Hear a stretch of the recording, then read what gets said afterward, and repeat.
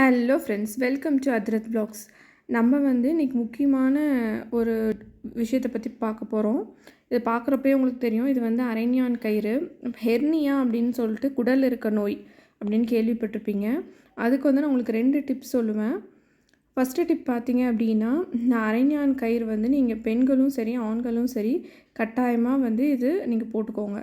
Second பார்த்தீங்க அப்படின்னா, இந்த மஞ்சள் பூசணி நீங்கள் ரெகுலராக எடுத்துக்கிட்டிங்க அப்படின்னா உங்களுக்கு இந்த குடலில் இருக்க நோய் தடுக்கலாம். இதை வச்சு நான் ஒரு ரெசிபி செஞ்சுருக்கேன். அது இந்த பொங்கல் டைமில் இது ஈஸியாக கிடைக்கக்கூடியது. ஸோ கொஞ்சம் எண்ணெய் ஊற்றிக்கிட்டு அதுக்கு ஒரு தாளிப்பு கொடுத்துட்டு வரமிளகா, பச்சை மிளகாய் போட்டுக்கோங்க. கொஞ்சம் வெங்காயம், கருவேப்பிலை இதெல்லாம் போட்டு நல்லா வதக்கிக்கோங்க.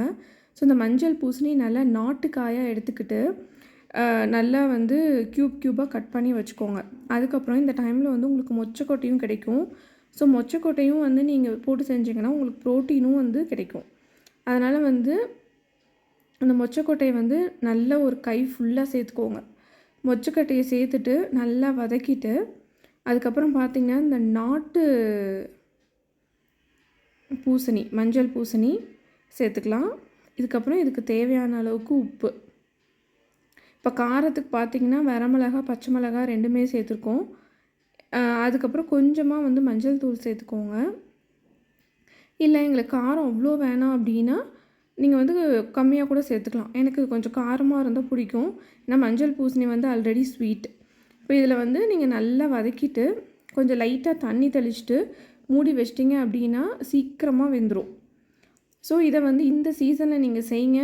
இதை நீங்கள் வாங்கி வச்சுட்டு இந்த காயை நீங்கள் ஸ்டோர் பண்ணி கூட செய்யலாம்.